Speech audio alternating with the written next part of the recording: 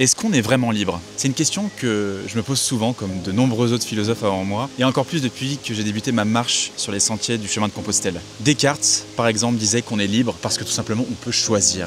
On peut choisir par rapport à notre morale, parce qu'on a un libre arbitre et que c'est notre plus grand pouvoir. Spinoza, pour lui, c'est le contraire. On croit être libre parce qu'on ignore les causes qui nous poussent à agir. Il disait par exemple que si une pierre lancée dans l'air avait une conscience, eh bien, elle penserait qu'elle vole grâce à sa propre volonté. Mais vous le savez, vous comme moi, qu'elle vole grâce à la poussée de ma main et qu'elle retombe vers le ciel à cause de la pesanteur. Mais elle, tout en haut, pendant qu'elle est en train de flotter, elle pense qu'elle vole par sa propre volonté. Donc là, comme vous le savez, j'ai décidé de tout quitter, de tout laisser derrière moi pour m'aventurer, pour commencer sur les chemins de Compostelle à pied, mais ensuite je vais partir en Espagne, au Portugal, en Afrique, et j'espère comme ça faire le tour du monde en solitaire. Pourtant, tout me retenait. Les premiers jours, mon corps me criait de rentrer. J'avais le confort, j'ai mes amis, j'ai ma famille, j'avais mes clients, je gagnais très bien ma vie. Mes parents n'ont jamais beaucoup voyagé et tout me poussait à choisir la vie classique. Donc je suis le seul à m'être rendu compte de cette envie, de ce besoin, alors que tout autour de moi suivait une autre direction.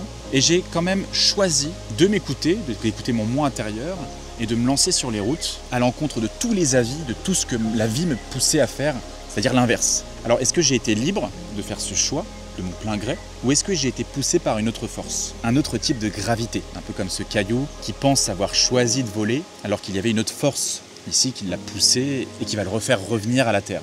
Eh bien, j'ai écouté quelques podcasts, et notamment les mémoires de Marc Aurèle, et c'est peut-être ce que Marc Aurèle appelait le pouvoir directeur. Ce moi intérieur qui sait ce qui est juste. Alors ce n'est pas une voix forte, une voix qu'on entend dans sa tête, mais plutôt une direction, une cohérence, une boussole. Beaucoup disent d'écouter son intuition. Parfois on fait quelque chose dans la vie et ça n'est pas accord avec notre nous profond. Et Marc Aurèle, il insiste beaucoup là-dessus, il dit, alors je ne vais pas vraiment rentrer dans les détails, mais il dit voilà, de revenir dans le moment présent, de ne pas faire attention à ce que les émotions nous tiraillent dans la tête sans cesse, et juste de suivre ce moi intérieur, et que seul toi sais un peu ce que sont tes valeurs et cette boussole à suivre.